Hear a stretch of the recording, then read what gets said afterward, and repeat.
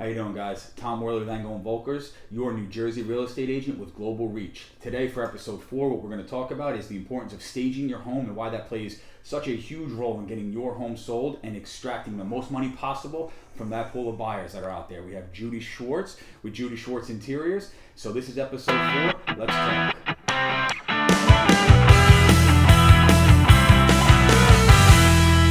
So, in episode 3 and episode 2 and 1, we've talked about so far the series of how to get your home sold from start to finish, right? And as I promised, I said I would bring in professionals because something I talked about in the first few episodes was I am smart enough as an agent to know what I don't know, right? I'm not a professional photographer, so I hire professional photographers to take your pictures. I'm certainly not a home stager, and my apartment, while it's nice, most of that is dedicated to my wife having good taste in how to decorate my apartment, not so much me. So that's when I bring in my interior designer and my stager, 𝗔𝗱𝗃𝗍𝗃 from 𝗔𝗱𝗃𝗍𝗃 Interiors. Judy, thanks for joining us.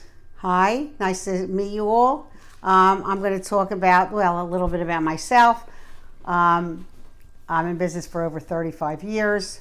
I do mainly residential interiors, offices. I've done restaurants, catering halls, and I've done some staging. If you want to sell your house, don't go, first of all, I would tell you not to go crazy.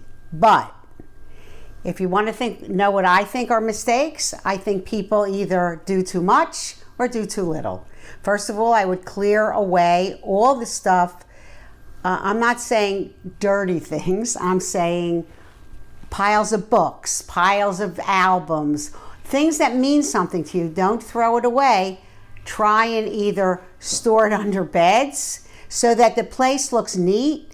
That's the first one, because people don't really get it. They think, "Ooh, this place is a mess. I can't live here," but they're not going to live there. They're going to live. They're not, because after they close, they need to look past this stuff. Exactly. They're not going to live there. But I would either start throwing out stuff that you really don't need. I remember when I did my own kitchen 5 years ago. My sister helped me because it's very hard to throw away stuff. Sure. Do you need this pot that was 90 years old? No, I don't need the pot. Sure. So you throw it all out of things that you really don't need or want anymore. And if you can't do it, have somebody help you. Sure. So something I talk to my sellers about a lot, right, is right now it's the dead heat of summer, right? We're in June, right? It's getting hot, right? You're not wearing your winter coats anymore, and you're not going to be wearing your winter coats during the life of this sale, right? So let's take that stuff away. Let's pack it into boxes, put it in the basement, put it into storage, whatever it may be, right? Because what I also tell my sellers is we need to clear out the closets, right? We want, when somebody opens the closet, they want to think, look at all this space in this closet, right? I can't wait to fill it with all of my stuff, right? So tell us a little bit about what you see in terms of, as you walk through homes that are sellers, what are some things that you would give them tips and tricks of the trade to make sure that their home is ready to sell and is going to show as best it can? Okay. First of all, a lot of people have rooms, every room's painted a different color. That's number one. I would invest in not an expensive painter or wallpaper people can't see past the flowers. They can't. Sure. They can't see Sure. past it. You can paint over wallpaper, not you yourself, but you can get a painter and you can say, look, I don't want to spend a lot of money. I just want the place to look nice. So if you clean up the walls, if you clean up the dents in the walls, if you clean up the moldings and you paint everything, I would say in a very simple white color or a dove white from Benjamin Moore, so that everything looks clean and neat. That's the first thing I would say. So I talked about that a little bit in the last episode when I kind of ran through the things that I offer all of my clients, right? One of my things that I offer is I come in and I walk through and I say, listen, who do you have that can touch up the spackle holes from that TV mount that you had mounted a few years ago, right? So those little touch-ups, right, from an interior designer and a staging perspective, right, we need to get those touch-ups done, right? And I have plenty of contractors, I have plenty of references to make sure that those things get done, right? Now, after that, right, now we've gone through the home, we've set up the staging, right? We've talked about the decluttering access, and making sure that your home shows the best it can, right? People get nervous when I say, I'm going to bring my home stager in. All right, they immediately, now the wheels start turning. Oh my God, how much, what's going on? What are we going to do here? What is she going to sell me, right? give me and give our people that are watching this a couple of misconceptions that when people hear home stager or interior designer, what are a few of the misconceptions that come with that? They think that it's too expensive, but the truth is, whether it's staging or interior design, I save the people money. So if it's to sell a house, okay, I'm going to save you money because you're going to make more on your house. It's very simple. It's very simple. So if it costs you a few $100s to hire me, okay, for me to say, get rid of those pillows, or that carpet is fraying. Online, we can buy a carpet for $100 that'll make this place look brand new, and buy Home Goods pillows for $16.95. Put it on the sofa. And another thing that I love is buy some flowers. If you don't want the flower, buy an orchid plant for $20 at Trader Joe's, or and put a couple of orchid plants around. They live for 3 months if you don't even water them. So it adds a warm touch to your home. The other thing is, use some jars in the kitchen of like pretzels, and not that they're going to eat it, but it also makes it look like a home. And burn a candle. I don't like the candles that smell like cookies and things like that, but burn a candle with your nicest smell. Burn a candle and give the house like a really nice feeling of, first of all, of how it smells. Yeah. So that's something else that I talk to my sellers about, right? Is burning candles, the Glade plug-ins, things like that, right?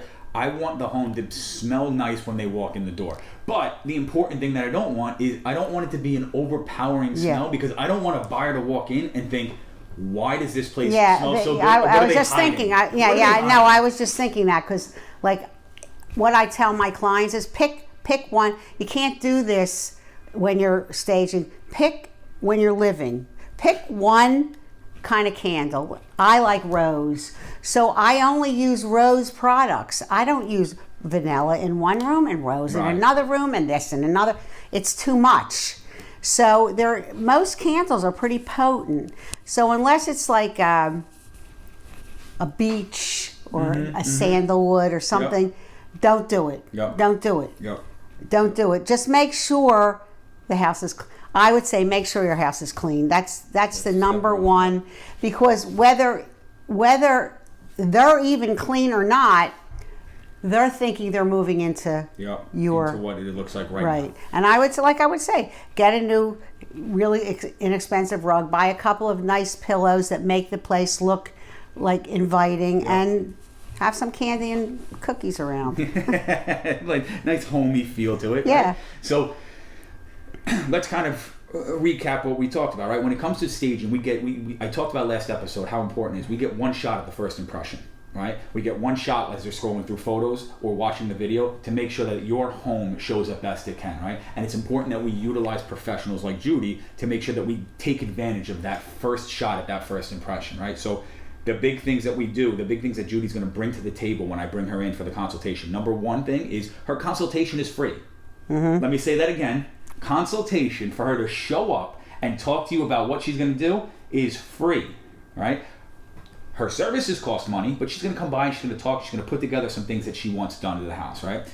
And the big thing, whether you use me or not, whether we use you or not. So the big thing one is going to be cleaning up the house and decluttering the home, right? Making sure that we take out all of the old things that you're not using anymore, and we make sure that it shows well, right? Making sure that we touch up the problem spots in the house, the paint, right? The baseboards, right? Spackling and painting everything, that making sure that the wallpaper, right? And then the last thing that we talked about was the common misconceptions, right? One, the consultation's free. Everybody thinks interior designer, this is going to knock me over the head, this is going to be way too expensive. Consultation's free. Her costs are going to be limited because she's going to use the furniture that's in your home, and her costs are going to be the decluttering and making sure that she uses, a lot of the time, is going to be using the stuff that's in your home to make sure that it shows up as best it can, right? So, Judy, as we wrap up here, what's your contact information? Where can they find you and find more information about you?